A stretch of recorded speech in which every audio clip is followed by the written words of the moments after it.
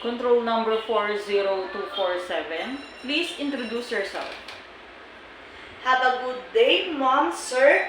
My name is Janelle S. Villaverde. I'm 35 years old and I'm living here in Manila, Philippines, and I'm married and I have 3 kids.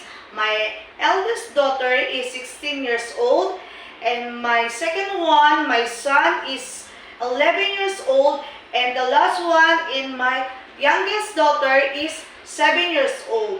I'm only one child to our family. What is your educational attainment? High school graduate In what school? at Kulihat High School. Why do you want to go to Hong Kong? I want to earn money to support my family and my kids' needs.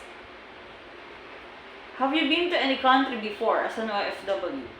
I've been working in Qatar as a domestic helper in 16 months. Do you have experience in taking care of an old person? Not yet. Do you have experience in taking care of newly born babies and children? Yes. What can you do for babies and children? I give the milk and I taking a bath for kids, the newborn, and I give the things before to sleep and after.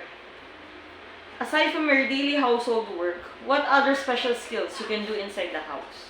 I clean the pool area. Sometimes I wash the car and wash out the hallway.